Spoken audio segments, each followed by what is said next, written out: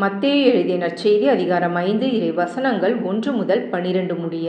இயேசு மக்கள் கூட்டத்தைக் கண்டு மலை மீது ஏறி அமர அவருடைய சீடர் அவர் அருகே வந்தனர்.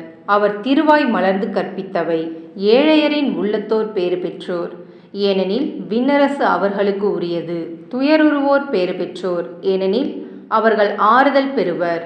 கனிவுடையோர் பேறு பெற்றோர், ஏனெனில் அவர்கள் நாட்டை உரிமை சொத்தாக்கிக் கொள்வர். நீதி நிலைநாட்டும் வேட்கை கொண்டோர் பேறு பெற்றோர், ஏனெனில் அவர்கள் நிறைவு பெறுவர்.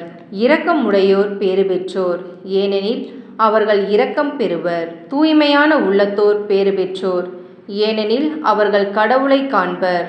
அமைதி ஏற்படுத்துவோர் பேறு பெற்றோர், ஏனெனில் அவர்கள் கடவுளின் மக்கள் என அழைக்கப்படுவர். நீதியின் பொருட்டு துன்புறுத்தப்படுவோர் பேறு பெற்றோர், ஏனெனில் விண்ணரசு அவர்களுக்குரியது. என் பொருட்டு மக்கள் உங்களை இகழ்ந்து துன்புறுத்தி உங்களை பற்றி இல்லாதவை பொல்லாதவையெல்லாம் சொல்லும்போது நீங்கள் பேறு பெற்றவர்களே.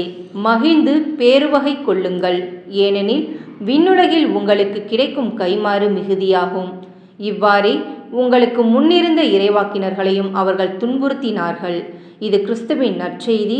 கிறிஸ்துவே உமக்கு புகழ்.